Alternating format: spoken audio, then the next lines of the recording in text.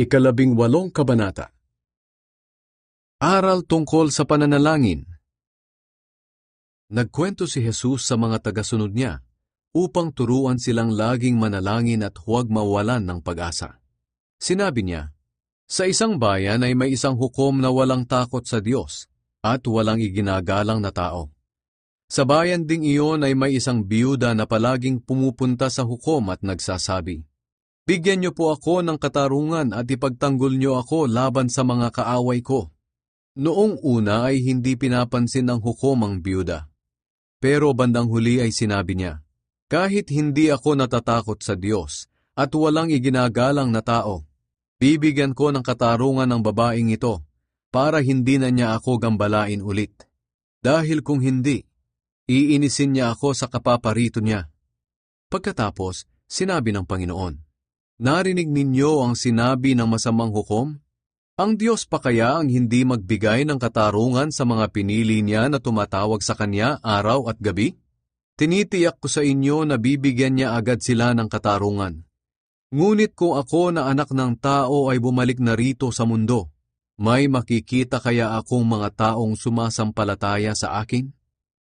Ang kwento tungkol sa Pariseyo at sa maniningil ng buwis. May mga tao roon na matuwid ang tingin sa sarili at humahamak sa iba. Kaya sinabi ni Jesus sa kanila ang talinghagang ito. May dalawang lalaking pumunta sa templo upang manalangin. Ang isa'y Pariseyo at ang isa'y maniningil ng buwis. Tumayo ang Pariseyo at nanalangin tungkol sa kanyang sarili. Sinabi niya, O Diyos, nagpapasalamat ako sa inyo dahil hindi ako katulad ng iba na magnanakaw, mandaraya at mga ngalunya o katulad ng maniningil ng buwis na iyon. 2 beses akong nag-aayuno sa isang linggo at nagbibigay ako ng 10 ng lahat ng kinikita ko. Ang maniningil naman ng buwis ay nakatayo sa malayo at hindi man lang makatingala sa langit.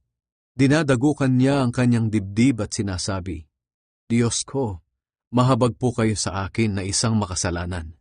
Sinasabi ko sa inyo na ang maniningil ng buwis na iyon ay umuwing itinuring ng matuwid ng Diyos, ngunit ang Pariseyo ay hindi. Sapagkat ang nagpapakataas ng kanyang sarili ay ibababa, at ang nagpapakababa ay itataas. Pinagpala ni Jesus ang maliliit na bata. Dinala ng mga tao ang kanilang maliliit na anak kay Jesus upang patungan niya ng kamay at pagpalain. Nang makita iyon ng mga tagasunod ni Jesus, sinaway nila ang mga tao. Pero tinawag ni Jesus ang mga bata at sinabihan niya ang mga tagasunod niya, hayaan ninyong lumapit sa akin ang mga bata. Huwag ninyo silang pigilan, dahil ang mga katulad nila ay kabilang sa kaharian ng Diyos. Sinasabi ko sa inyo ang totoo, ang sinumang hindi tumatanggap sa paghahari ng Diyos na gaya ng pagtanggap ng isang maliit na bata, ay hindi mapapabilang sa kaharian ng Diyos. Ang lalaking mayaman. Isang pinuno ng mga Hudyo ang nagtanong kay Jesus, mabuting guro, ano po ang dapat kong gawin upang magkaroon ng buhay na walang hanggan?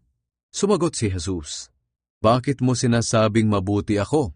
Ang Diyos lang ang mabuti, wala nang iba. Alam mo ang sinasabi ng kautusan, huwag kang mangangalunya, huwag kang papatay, huwag kang magnanakaw, huwag kang sasaksi ng kasinungalingan, at igalang mo ang iyong ama at ina. Sumagot ang lalaki, sinusunod ko po ang lahat ng iyan mula pagkabata. Nang marinig iyon ni Jesus ay sinabi niya, isang bagay pa ang kulang sa iyo. Ipagbili mo ang lahat ng ari-arian mo, at ipamigay mo ang pera sa mga mahihirap, at magkakaroon ka ng kayamanan sa langit. Pagkatapos, bumalik ka at sumunod sa akin. Nalungkot ang lalaki nang marinig ito, dahil napakayaman niya. Nang makita ni Jesus na malungkot siya, sinabi niya, napakahirap para sa mayayaman ang mapabilang sa kaharian ng Diyos. Mas madali pang makapasok ang isang kamelyo sa butas ng karayom, kaysa sa mapabilang ang isang mayaman sa kaharian ng Diyos. Tinanong siya ng mga nakarinig nito, kung ganoon po, sino na lang ang maliligtas? Sumagot si Jesus, ang imposible sa tao ay posible sa Diyos. Sinabi ni Pedro, paano naman kami? Iniwan namin ang lahat upang sumunod sa inyo. Sumagot si Jesus, sinasabi ko sa inyo ang totoo.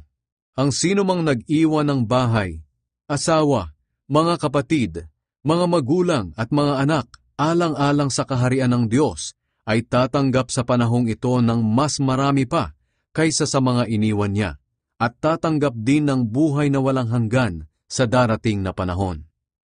Ang ikatlong pagpapahayag ni Jesus tungkol sa kaniyang kamatayan. Tinawag ni Jesus ang 12 apostol at sinabi sa kanila, "Makinig kayo, pupunta tayo sa Jerusalem at matutupad na ang lahat ng isinulat ng mga propeta tungkol sa akin na anak ng tao. Sapagkat ibibigay ako sa mga hindi Hudyo, iinsultuhin nila ako, hihiyain at duduraan, hahagupitin nila ako at papatayin. Ngunit muli akong mabubuhay sa ikatlong araw." Pero wala silang naintindihan sa mga sinabi ni Jesus dahil itinago sa kanila ang kahulugan niyon. Pinagaling ni Jesus ang isang bulag. Nang malapit na sina Jesus sa Jericho, may isang lalaking bulag na nakaupo sa tabi ng daan at namamalimos. Nang marinig niya ang maraming taong nagdaraan, nagtanong siya kung ano ang nangyayari.